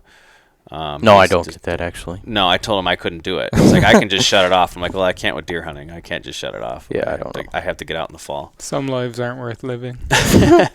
But so anyways, I'm sure we'll talk before gun season, but that's my plan, and I'll be hitting these public land spots up and chasing my mystery buck till then, and hopefully hooking up with you guys for more hunts. I mean, it was fun. Mystery buck. That's a good title for a recipe, I feel like. Mystery buck. Mm-hmm. He's not a huge one. I'm not gonna say he's a Pope and Young, but he's a nice buck, and I'm hoping to get him with that recurve. Dude, it'd be awesome to get any deer with the recurve. Are you kidding me? I know. This will be my third season with the recurve, and I haven't killed one yet. When I was that close, that buck was at 15 yards, and I was just thinking, if he steps out, this deer it's a dead deer. I know I can hit him. Yeah. You know, and just thinking like, this, I'm too spoiled. I don't deserve this. Like, it was my first deer, to get a decent little buck with this recurve. I don't know. I was getting excited. I didn't think it'd go down like that, and it didn't. Are you taking that to Ohio? I am. But I'm going to have my compound. But are you going to hunt with the recurve? I'm going to make that decision. My plan right now, and it has been, is when I go down to Ohio, what do you want? Buck juice. Okay. I'm going to... Maybe if it's a real super tight spot I'm going to hunt in, and I know it, maybe I'll take my recurve, but I'm planning on starting with my compound. I don't know why. Just, so I can reach out there farther. I want to take a deer down there bad. And then after I take one with that, maybe use my recurve. I don't know. All right. I don't know what I'm going to do. I don't know. But I'm excited. So, running the saddle this year with Wild Edge and Silent Approach steps. Kind of trying to run them both. I haven't touched my lone wolf yet, but I'm sure I'll take it out this season. Next time we hunt too, I want to try the saddle. The saddle is cool. It's interesting, man. And I think I explained to some people on social media that asked me about it that it's not, to me so far, and I'm a novice at the saddle, it's not any more or any less comfortable than a regular tree stand. It's just the pressure point's a little different. It's just different. But I feel like I can sit in that for a while. The only thing I did notice is when you are sitting there and that bridge is kind of pinching you a little bit, it's hard to get in your pockets. You can't get into your pockets, like your pant pockets, and it's kind of tough for your coat. So you lose that. So having a bigger bino harness, like you've got the Alaskan Guide Gear, Vortex, whatever one, but Alaskan Guide Creations, yeah, and that's got more pockets. I've got a FHF gear. I love it a lot, and I've got my rangefinder and binos with it, and that's perfect, and I'll shove my milkweed behind my bino pack. But having your binoculars and your rangefinder right there in your chest in the saddle, I almost think that's a big thing if you're going to saddle hunt. You need to have it kind of on you. This is the first year I've hunted with one of those bino harnesses on me, and man, I got my milkweed right in one little pocket. My rangefinder's like a little there. Kangaroo. Yeah. I got my binoculars. It's awesome. It doesn't obstruct what you're shooting. No. Not if you. No. I mean, if you're shooting, if like your form's you're doing proper, some stupid angle right in front of you. You could possibly, but I don't know if I'd want to shoot. If you're weird. standing in your tree and you're doing an actual proper form, shot, it's not going to affect you at all. The FHF one that I have is a little bit tighter, more compact, and it's even more out of the way because there's less pockets. But I dig it a lot. And then I'm running a Mystery Ranch, their treehouse bag. Yep. Kind of doing like a little demo review on that thing. It's interesting. It looks like a nice bag. They're just getting into the whitetail market this year for this season, and that was kind of like their step into it. And I like kind of their idea, and the thought behind it is trying to target a lot of guys hunt on tree stands, make something that's good. You're not going to drop shit. Shit's going to fall out. It's organize it. I'm going to have some recommendations on changes that they might do, but so far it holds. I can shove my saddle in it. I put Wild Edge steps on the back of the straps. They're cinched down straps, and everything sits there. It's real tight. You watch me walk around, and you made a comment like I was just... Yeah, we're walking out of there at night, I'm hitting rabbit holes. Following the Onyx maps, because we don't have any trail tacks or anything like that. Right. And he's just taking me through the nastiest shit. I'm And going through the rabbit holes, yeah. I got the stand on my back. I'm getting hung up and everything. I was like, are you just demonstrating that you can get in here better with your saddle now, or what? You are so compact and small package on your back. It's within your back cavity, you know, and I mean, then everything else is open, and with the, especially the recurve, it's even lighter. Only Sure. it catches shit in the string. Yeah. I you'll think catch shit. you might be running more weight on your back than I am, even with my stand and everything, though. But I had like 32 ounces of water. I know you probably had it, but I had some, probably, I don't know why I have two pruners, hand pruners. I just saw I had the, well, I think I didn't realize I had one in there, and the extra one got in there. And then I had some, a ring of steps. I had 12 wild edge steps, which I don't need to carry that many. I need to cut down. And what else do I have in there? Just some other random shit. But it carries pretty comfortable with that pack. Mm-hmm. I like it's the ultimate mobile. I think ultimate mobile so far is what I'm getting. And I'm running the Kestrel. I'd like to try that Mantis, but I'm running that Kestrel right now because the Mantis is even lighter. I can tell you I'm extremely impressed with my setup. I have virtually no complaints about it. That Vanish, the profile is small enough where it doesn't really get caught on a bunch of stuff. The way that now, month or so or 6 weeks of having it, so I'll tried quite a few different ways. And now, if I'm just carrying the stand, compress the pack, throw my layers in the pack, and then you run that X loop over the first stick and lock that stick to the stand, and then you take the compression straps from the bag and go over the stand and the first stick, and then you lock the other 3 sticks rock solid on there. It's awesome. It carries awesome. The way you're stacking them too, that they're one on top of the other and they stick straight out. Exactly. I think And I it have the goes- same problem with his the stick talons stick out far. and It they goes on a catch- they can downward. catch it. The first one is the highest one. Yep. So the way I run my stand on my back is so that the first stick is basically just above my neck, and so it's not sticking up past my Do you head. ever worried if you fell? No. Not really. There's still pack above. I mean, the stand is actually Gotcha. down. Yeah. No, I'm Okay. with that pack in between the frame. I'm very protected. Nice. Really, even with that thing compressed, there's quite a bit of material there. So no, not a concern. But it's I look forward to putting it on and carrying it around. It is not uncomfortable at all. It doesn't bother me one bit, and I'm just blown away with it, just with what we did last weekend. It's going to take definitely a season really to get. There's some stuff in there I don't need. For certain types of hunts you're going on. Yeah, and with full camp, Oh, you're pushing 80 pounds? I would say it was 80 pounds. I took 96 ounces of water because I'm not monkeying with, A filter. and I'm only up there for 2 days or whatever. You know what I mean? So I just try to get by. I go in hydrated. Do you have a filter with you? No, but I mean, I'm a mile and a half from a truck, so it's not like Right, I'm but gonna then die or. Right. But I'm just thinking if you got a decent water source close by. then That's you the just use that problem. water. I'm not drinking swamp water if I can just walk back to the truck. Right. You know what I mean? Mhm. So I take about 100 ounces of water with me, which unfortunately it's a bunch of weight. Yep. Last weekend, because it poured right all weekend, I'm thinking about getting a fire going. I took a map gas cylinder and a torch head. There you go. Yeah, I'm not Tradesman out in the woods. fucking around with trying to sit there and soak cotton balls and Vaseline and light fires and shit. I'm not doing this like. Survivor It's man. yeah, exactly, dude. I'm like, guess I'm packing a blowtorch like these, and it was driving rain. I mean, it would have And if never you got a want, fire like, going. if you wanted to dick around with a torch, you could get one of those little butane ones and save yourself some weight for. You needed quite a bit of gas to get a fire Oh, going this yeah. weekend. Yeah. Takes me a while You on could the wood literally stove with wring one the of those. sticks out. Yeah, that's Yeah. pretty bad. Yeah, everything was just soaked. I mean, you had to take your gloves off to get firewood because you touch like 2 things and everything's soaked. We were soaked. It took about 6 hours for the water from when I first got my boots wet, like when I first stepped out of the tent in the morning, to when the water finally made it through. So, I mean, they're good for a morning or an afternoon thing, but just like any Gore-Tex, walking through those wet ferns.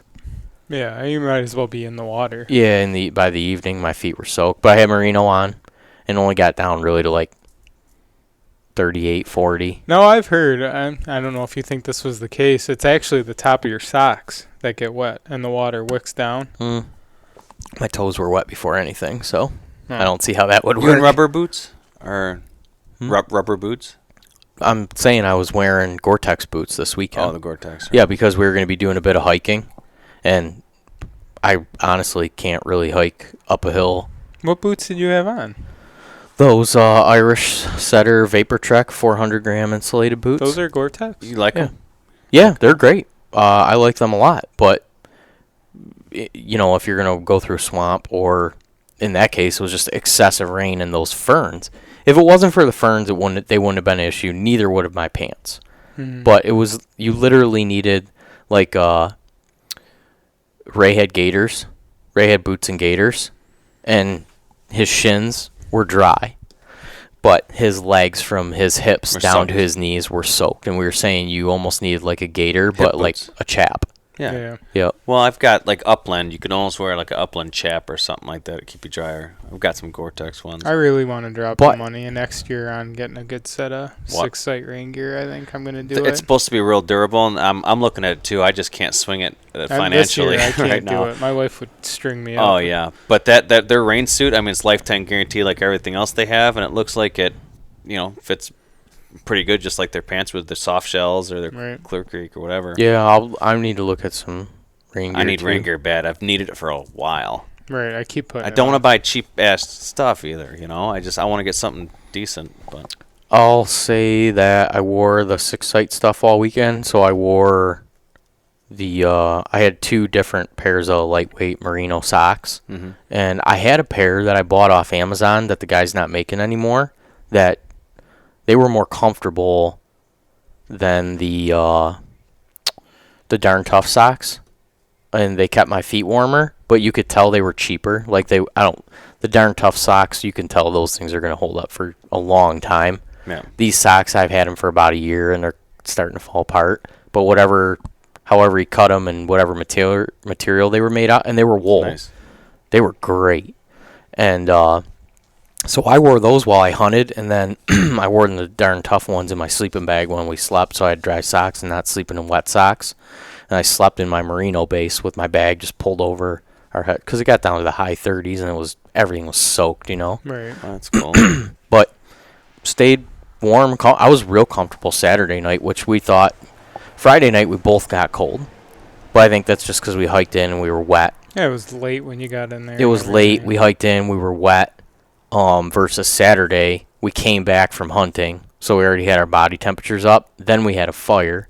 We got a fire going outside and cooked steaks and French fries and had this awesome dinner. And neither one of us got cold Saturday night, but just slept in my merino base with my 30-degree bag over my head, and I was super comfortable. And then whatever, I put wet 6-sight shell pants back on in the morning and wet 400 gram Vapor Treks. But I had dry socks on when I put them on. It took a couple minutes for them to get wet, But it was probably like 40 with a north wind, just a light north wind in our face. Yep. And I had the smart wool bases, and I love the Smart Wool base. It's a great base. It really is. It's hard to mess with that. Yep, it really for is. sure. And I think it's warmer than the 6-sight base. It is. It's a more of an heavier Arctic. weight. Yeah, it's a 250. Right. It's a Yep. 250. Yep. So I had that base layer on, and then I had the Smith's Creek hoodie, their poly wool blend hoodie. Yeah. I wore that all weekend. It's a real thin, but it's very comfortable. Dude, that and you thing's can hear awesome. it. The hood's not thick, so you can hear it. Sometimes with hoods, I hate because it blocks where I Right. can hear behind me, but you can almost see through it. My Light only through it, complaint about the hood is that when you're doing things working, it falls down. yeah, sometimes the thing it's like slips or something. Yeah, it's almost like a uncircumcised hood. And the other There's thing a lot of material there. you mentioned, and I agree 100% with, where's the freaking pockets on it? Yeah, too? yeah. It would be nice if they put a front pocket on it. Right. But the Very cut, the comfortable. material, I wore that Great. thing all week. I'm not exaggerating. I drove up north in it, and I drove back home with it, So and I comfortable. didn't take it off the entire time except for Saturday night when I slept because I was warm. Right. But other than that, I did not take that thing off. That thing is awesome. I wore their pants. I don't have any complaints about those.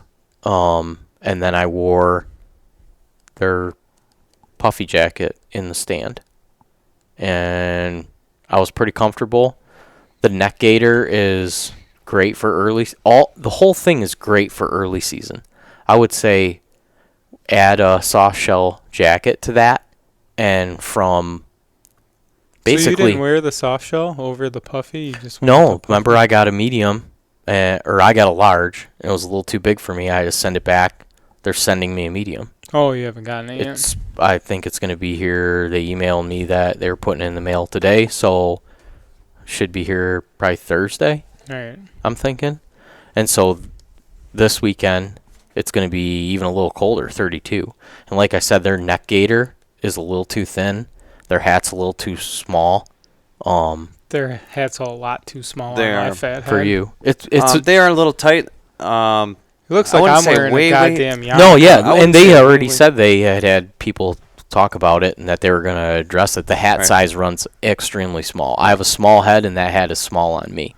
Yeah. I'd like I to have- see a thicker hat available too, just for the northern climates, like more of a merino, thicker merino wool type of hat or something like that. The gaiter's nice, but too, if you're a bigger guy, it's tight, and it's thin. You know what? Sometimes it just takes that thin layer though to get the wind off. But your if you're face a when it's cold. a thinner built guy or a smaller guy, and you're looking for early season neck gaiter, that's a badass one to have. The material's great. I mean, for how thin it is, even in upper 30 degrees with the wind blowing in my face did not get cold. It's whatever. I didn't actually even look at what the material build is on that. I'm assuming it's some poly blend. Yeah, poly. But it was really comfortable. And for me, at 5'8", 175 pounds, the 34 pants, a medium hoodie, and a large puffy.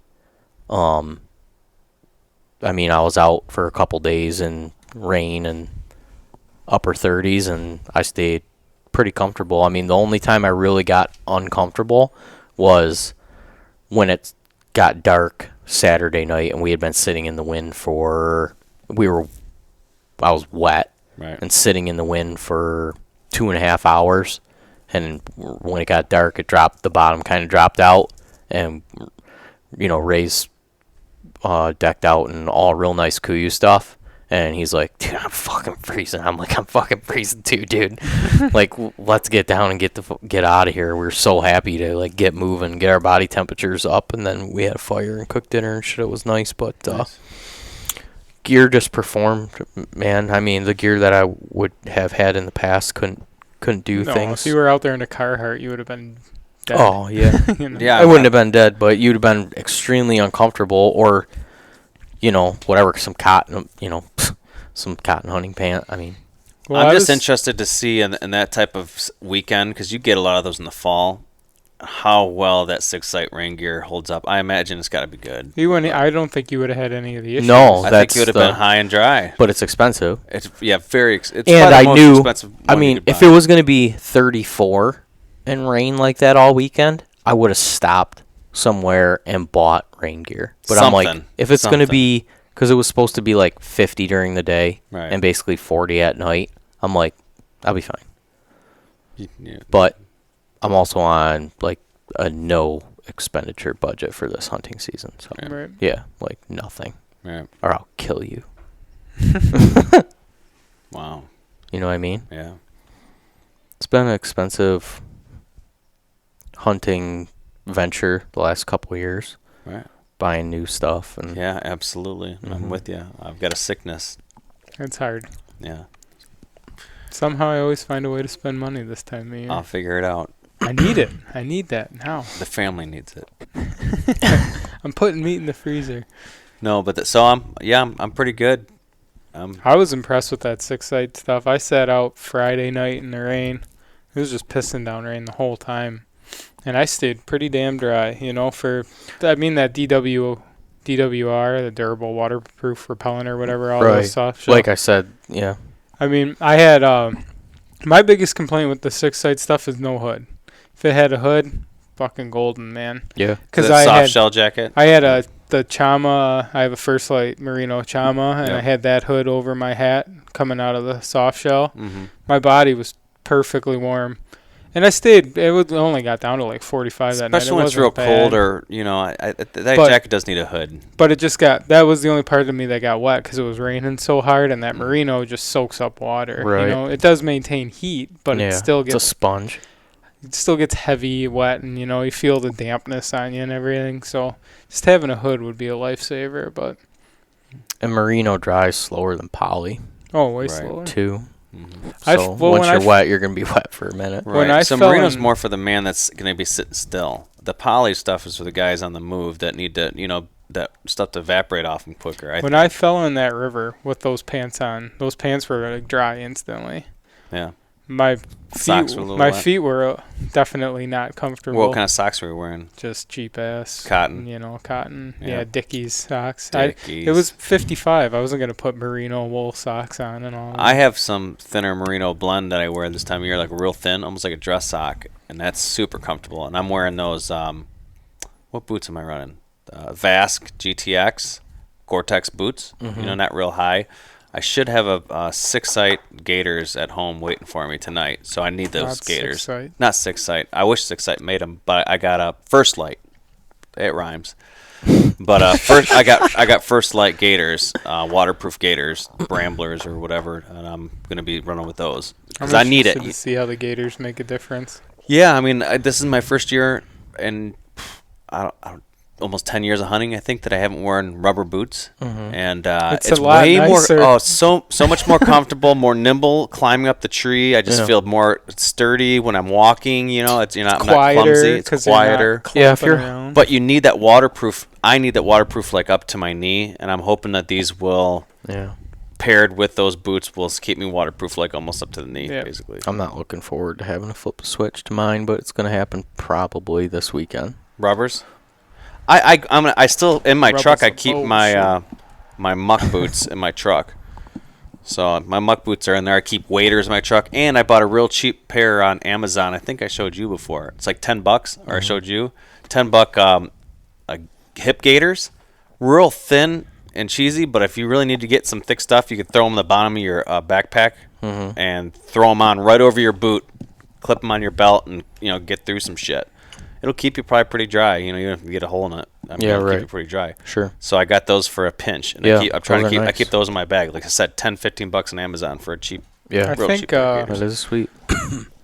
Wired to Hunt Mark there was saying he bought those same waders and had a complete utter failure with them on his trip this year in Montana. What, the cheap ones? He mentioned some cheap waders off Amazon and how they basically just evaporated on them. Well, I mean, you never know. If you can get that rubber to seal to your leg, even if you Jeff get has punctures, them, right? little punctures. I mean, if Jeff G's wearing them, they gotta hold up decent. Jeff G. No, he was wearing a boot that had a roll up, and I don't know if that was made out of the same material. I don't think it was a rubber. I thought it was the same thing Jeff had. No, he had some weird kind of knee boot that would roll up higher, didn't he? Yeah, that's what he had. It was like a knee boot. That like a lacrosse thing that they didn't even make anymore. It was Cabela's, I think. Yeah. And I think Cabela's actually does have them out now. Nick was going to look at buying them. Well, yeah, regardless. But anywho, yeah, so I got the Gators. Now, the Gators will keep the bugs I and like stuff off that you climbing up in your legs. A lot. I think that's the direction I'm going to move in, is finding, and I might even spend the money to get a set of good, I don't know, Crispies or something comparable if the hype is there, and they're great boots. But I want something that's going to be really waterproof, and then just get a set of Gators. I'm rocking the Danner pronghorns this year, and I've been impressed with them so far. Yeah. I don't have a complaint really about those Vapor Treks. I'd like a little more of a stiffer boot where they're just pretty flimsy. Yeah. Yep. I tried on those crispy Thors at beyond the ears, and 2 pair, and I can't remember what the other model was, but the Thors were just heaven on my feet. Yeah. They really were. But they come with a price tag. But I could see now, after just these first couple weeks, when you're hiking, you're covering. Excuse me. Sorry, random. When you're covering distance, yeah, man, I'm like already dreading having to throw rubber boots on. Yeah. No, I agree. My hips, like when I'm walking long distances, especially with a little bit of weight on my back, it'll cause my hips to hurt for some reason wearing rubber boots. And I never get that with any other type of boots, just with big rubber boots. Just how your feet are sliding around. in I'm them just or not something. walking normal or whatever. I don't know. I'm pretty certain I'm going to need mine this weekend because I'm going out to the island to pull the camera cards. And then I'm also going to hike into a different part of the swamp. Well, you're not walking all the way out there and not hunting, are you? I'm leaving here Friday morning at like 3:30 so that I can get up north essentially right when it's breaking day, and I'm going to hike out there, pull the camera cards. I can do them without being invasive. I mean, I set the cameras up that way so I can come in right to the back of each camera, grab the card, and I want to have an idea of what's going on out there because I got like 2 days. And if there's nothing happening, I'm not taking the effort to go hunt out there. Yeah. Well, And definitely take your bow with you if you're walking out there. I'm not. You don't go to shit I'm without just toilet blasting paper. out there and blasting back, and then I'm going to scout That's dangerous. 3 more spots. It's still deer season. You should take your bow That- with you. My ex Dude, we're mom used to going tell up me to- not shit without toilet paper. We're So, going up to do a film, and Jordan's not going to be with me, so I'd still shoot a deer. You got 2 buck tags. yeah, I'm not doing that. I'm saving my tags for that whole venture. Otherwise, I would have been hunting down here, Yeah. and I'm not. I'm appreciating that. So, no, I mean, I committed to doing this. Yeah. I need my tags for it. So that's kind of my mission. And right now I want to try to at least be partially successful and at least, whatever, fill a tag on that film. And we got like, when I was telling guys that we were going to do a film, they're like, well, make sure you got like a good couple weeks. Because that's kind of usually what it takes. And I'm like, yeah, all right, we got like a couple weekends. Right. Yeah, not a couple weeks. Well, isn't it supposed to be the story, a true up north story? It's true. So It is. yeah. But let's not. There's a lot of times you come home empty-handed. Yeah, I know, but I mean, if you're making a film about deer hunting, it'd be beneficial to kill a deer or two. It would be pretty. Yeah, beneficial. so that's what. Yeah, I understand that's not like the end of the world, but I'm also very driven to be successful deer hunting, and that's my mission for the season. So I'm gonna blast out, check those cameras, come back, go check out 2 other spots, hang cameras, prep 2 locations. I'm going to try to do all that on Friday while Jordan's at work. And then he's coming in Friday after work. And You're filming this weekend. we're going to film Saturday and Sunday. And I have Monday off. And we said if nothing happens by Saturday or Sunday, we'll probably try to sit Monday morning. There you So go. got a Hopefully you can make it happen. couple different spots that I want to hike in and camp. One spot that I want to hunt right by Buckhorn. It has a ton of promise. And so, yeah, I'm going to be doing, and that's why I was saying I'm dreading rubber boots, Like, I would need to get up there literally at the break of day on Friday to do all the scouting that I want to do for the weekend. And that's the last scouting that I'm going to be able to do before Season. before we go up for archery gun. So for over a month, I won't be back up there. I want all my scouting done for the fall. I got 1 day to do it. So, You're pulling all the cards then. well, there's 3 cameras out at the island, and then there was 1 camera on Buckhorn. I pulled that camera. I got that one up by our other camp there. I didn't go to that. I won't if you don't, unless you, Doesn't matter to me. well, you let me know it's your camera, so I don't need more things to do, but if you want me to pull a card, I got no problem doing it. No, I didn't know if you were going up there or not. I don't care at all. Okay, well, I'll just let it ride then. Yeah, it's fine. All right. So yeah, and then I'm gonna, if there's nothing on those things, I'm gonna move 'em around probably.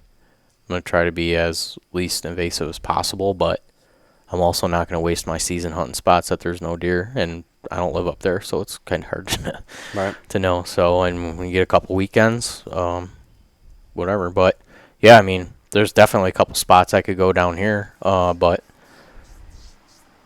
we talked. We got a couple nice deer on camera. Pretty confident we have some spots set up where we could, if the timing lined up and we could actually get time to go hunt together, we could potentially get one on film, which would be sweet. But there's a great chance that you're going to shoot a nice buck.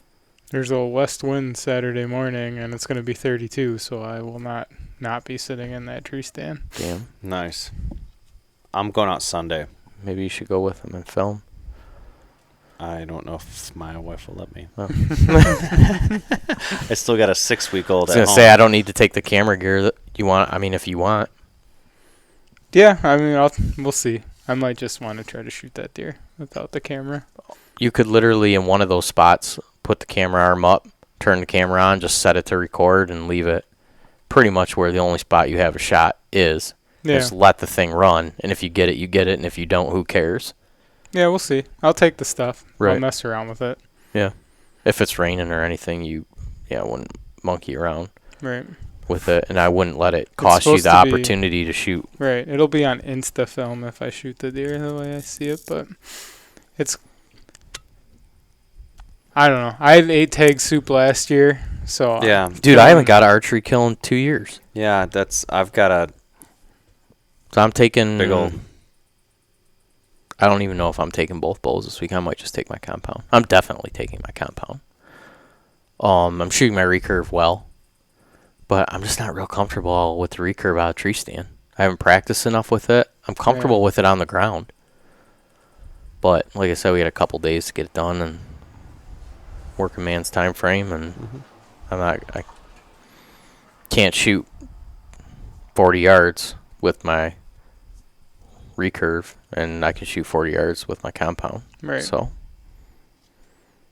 Yeah, it's we'll obviously... see what happens. I might bring the recurve with I don't me. live I've been that enjoying struggle with you guys. Like I said, my recurve It's not a stays in struggle. the I mean, ground. I like it. It's just different. I like it too, man, and No, I love shooting it, and I It's a love to shoot restriction. a deer it restricts you. with it, but I don't know. There's definitely a couple spots that I could think, They're good recurve spots. yeah, they're good They're recurve just spots. if you're in them spots where you're tight. If I had been sitting on the ground in that little small pocket of pines where I said that buck came through and rubbed Dead that deer. morning on those, there's a big trail intersection right there. There's a bunch of rubs right in these thick pines. They're just, all the growth starts basically right at your head. So it's just a canopy, man. They can just cruise right under there. They can see. It's open. So they can see. And you can't hunt out of those because you can't see anything unless you go in there with a chainsaw, basically, and cut a couple lanes. or you hunt from the ground. So they cruise those ridges with that pine growth on there, and you could sit under there with a recurve or a longbow, and you could have been maybe 10 yards from that deer if you had the right wind and he didn't pick you off visually. But it's pretty dark in there. Right. If you have a good pattern, I think you could just sit on the ground and you'd have a deer walk pretty damn close to you without them seeing you. So I think that almost catches the deer off guard a little bit anymore. Seen No people- one I sits know on around the here, ground, yeah. They're just Yeah. walking around like this all day long. all the time they're Yeah. always looking up. Yeah, you're right about that. I think leaning up against a tree, man, you're blending right in. You're not skylined or Yeah, anything. I've seen a lot of deer hunting on the ground. Right. I've had some good encounters hunting on the ground. Deer have gotten really close to me. Yeah, the only disadvantage is you're a lot more shit in your way, A lot of the time you don't Right. have the shooting lanes like you do up in a tree stand. And Or sometimes for me, vice versa. I got a Right. new compound, new setup. Yeah, you're I excited. really about it. like the way it shoots. I'm super comfortable with the bow. You just nailed it. I'm excited about it. So I'll probably take that bow. I'm definitely taking that bow. I might take both bows. Let's wrap it up. Yeah. Done deal. Yeah, I'm excited. Hopefully we can get together in not too long from now, maybe another couple weeks or something. Yeah. Whatever. Well, when are you going to Ohio? I'll be gone in a couple of weeks. Not this upcoming Friday. The weekend But after. next Friday, after work, I'm leaving. All right. Well, maybe we'll certainly plan on when you get back to, if not sooner. When you Hopefully, it'll be a booner and sooner. you have a black eye? No. Oh, it's supposed to be the shadow of your hat. Looks like you got a little bit of a shiner. It might be. My daughter does. She's got a bad one. It might be dirt. It looks like dirt. It's probably dirt. Yeah. Yeah. Cool. All right. Well, we'll reconvene Sounds in good. the next couple weeks, and Yep. Look forward to hearing about your hopefully, weekend here. guys. It's cool. We've been seeing an uptick in guys posting on the Facebook page. Post some deer hunting pics on there too. So Please do, guys. Everybody, share your hunts on the Facebook page. I think pretty much a lot of guys that listen to this are on the Hunting Beast forum member site. That's cool. I've been seeing guys posting their photos on there. Been checking in on that. But yeah, please do share them on our page too, so that everybody's getting to see them. And for all the guys that have an Instagram account, I would say we're by far way more active on there than we are on the other social media platforms, right? I mean, that's where I post everything about the season and the show is on Instagram. We go on Facebook maybe 1 to 20 in comparison to yeah, I try Instagram. to check the Facebook a couple times a day. But I got it's hard home to keep up with from it. up north. I had like 120 Facebook notifications. I didn't have one notification. It was all 120 Instagram. No, you say? I'm saying on Facebook. It says you have 120 notifications. I read down through them. They're like, so-and-so looked at so-and-so's photo. You might want to look at it too. I'm like, Right. this isn't a fucking notification, you idiots. Like, I don't need to know about this. Someone's not trying to contact me or...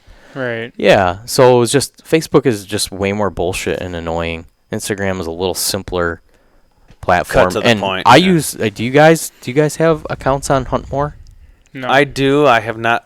I talked to Greg on there once, but no, I'm They don't barely have on a it. Huntmore platform on an acceptable mobile device. as far as So I've it's seen, for so- Apple users only, huh? Yeah. Yeah, that's unfortunate because that definitely restricts your. Ostracizes them a little bit. Yep. But I like the Huntmore app too. I'm on there, but yeah, Instagram's definitely Deer Hunter Is it? _ podcast. If you don't have an Instagram account, that's cool and acceptable. But Check out the YouTube. if you wanted to open one and follow other deer hunters, that's a great spot to do it more so than Facebook. I Yep. would say, right?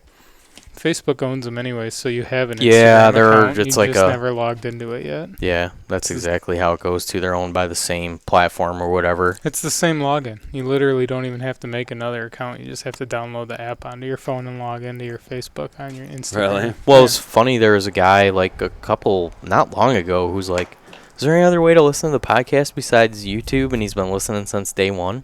Like on Man, iTunes he's or missed Stitcher. like half of them. Oh, that's right. He said he had a flip phone. Oh, He has a wow. flip phone and he listens Oh, to yeah, the podcast that's right. on his computer on YouTube. He can listen to it on Stitcher on his computer too. We're due to do one with the camera. I sent him to Google. You can listen through Google's Google. podcast. Yeah. You can listen through our website through either one Yeah. of those links. I mean, if you have a Mac computer, you can listen to iTunes. Right. And if you have You can download iTunes on a Windows PC. computer. if you have a PC, you can listen to You can get it on iTunes. There's iTunes for Oh. Windows. right. Yeah. So there's a lot of different ways to listen, folks. Yep. Yep. Leave a review, a rating. God, that'd be great. Yeah. Can't forget about that. We're batting like it was like we had like 10% of the listeners had given a review, and now we're at like 3%. Whoa, what happened, people? 3%. I think it's about 3.5% of the people that weekly listen to this show have gone and left a review, at hurts. least on iTunes. That hurts. It's heartbreaking. Yeah, Some people just don't care. There's feelings involved with this. right. I think if I'm doing my math right,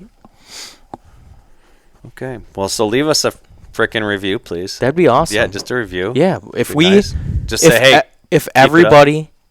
everybody that listened to this podcast went and did a review, man. we would have 3 times as many reviews as Wired to Hunt. And that's our main goal. That's our main goal. That's literally all we care about. Move over, Mark. Yes. Move over, Mark. He's been sitting on top for too long. Yeah. He doesn't need any help now.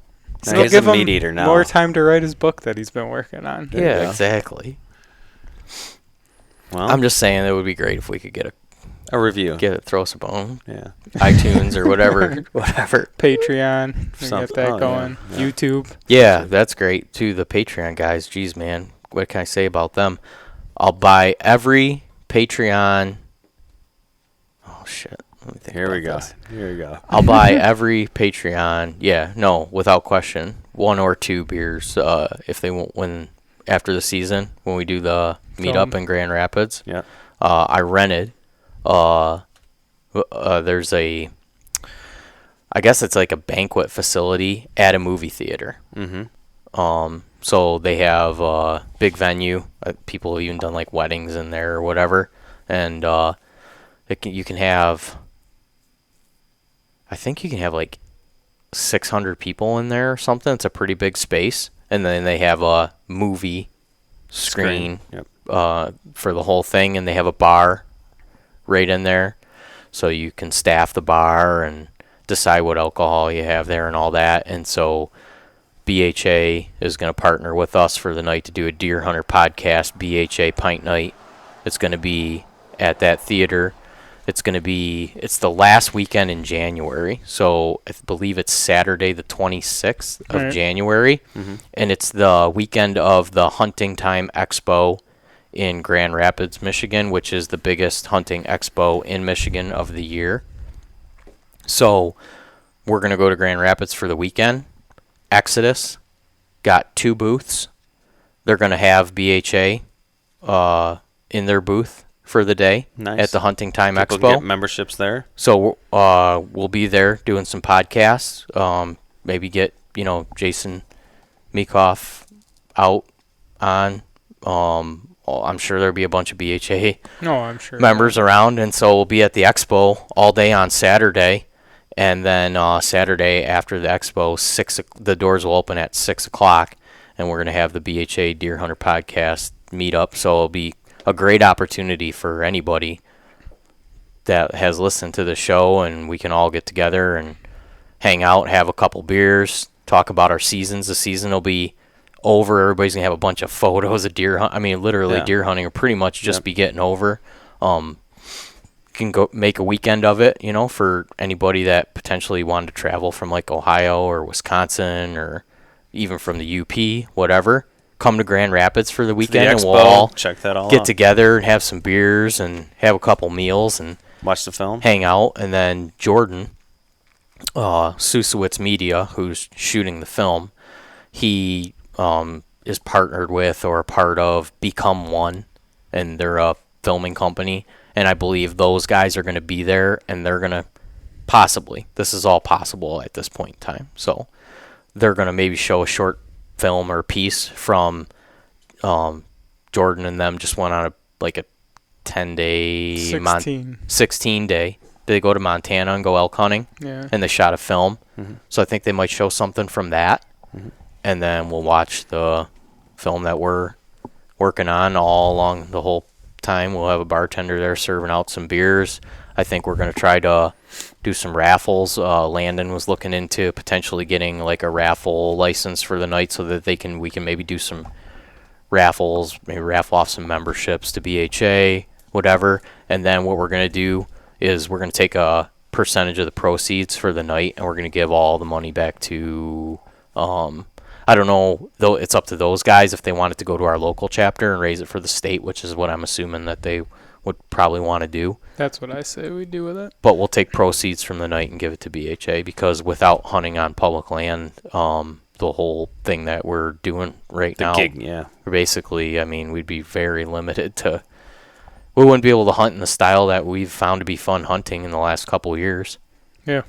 Yeah. So, what do you think? I like Sound it. like a plan? Sounds like a plan. It's the middle of winter. There's nothing going on. Except for ice fishing starting to maybe Some get ice going. fishing, but go to the expo, make a weekend out of it, and Get you and your lady a nice hotel room. I and a think night I out in might. the I town. think I might. that's exactly what I'm That's what we talking need. about. That's why I'm bringing it up right now. I've taken Like, Bring your woman with Get you. end of January. So that's like that's you got a minute to make a plan. Yeah. Get a babysitter for the weekend. Treat yourself to downtown Grand Rapids is sweet. Oh, it's awesome. Yeah, well, that's cool. town. Yep. Place. A lot of cool breweries and stuff like that. Good food, good beer. Yep. It's Great the home of cl- founders, for clean. Christ's sake. Clean Streets. Little- Yeah, it's nice. town. I mean, yeah, it's Nice. unbelievably nice for like Well, I put it on my they calendar. call it the little big city, Mhm. right? Yeah, it's a cool place for sure. So, and the big hunting expo will be sweet. I should mention too, the end of or in February. When is the traditional archery show? I want to go this year. It's in Missed February, February. I think. and that's in Battle Or Creek. March. Kalamazoo. No. I think February. Okay. March is the Deer and Turkey Expo, Okay. and that's in Lansing. Mhm. I had heard. I've been to the Deer and Turkey Expo, and I really liked it. But that's the only hunting expo that I've really been to in the last couple of years. So of course I like it. It's a bunch of people with hunting products talking about hunting. But I've been told by guys that do both shows that the Grand Rapids one is far superior. So I'm really looking forward to going to it. And like I said, to be in a booth with the guys from Exodus for the Day and the BHA guys and shit. It's I gonna be mean, a good time. yeah, it's gonna be fun. So, yeah. So make a weekend out of it. Get a babysitter. Take a break from your kids for the night. Come out. Bomber promised to drink a few too many porters and break some glasses. So Nice. With some business cards. All right. Well, I'm gonna duck out of here. yeah. Otherwise, That's I right. won't be allowed to go anywhere. All right. Take it Thanks easy. everybody for listening. Yeah, Thank you. good night. Leave us a review.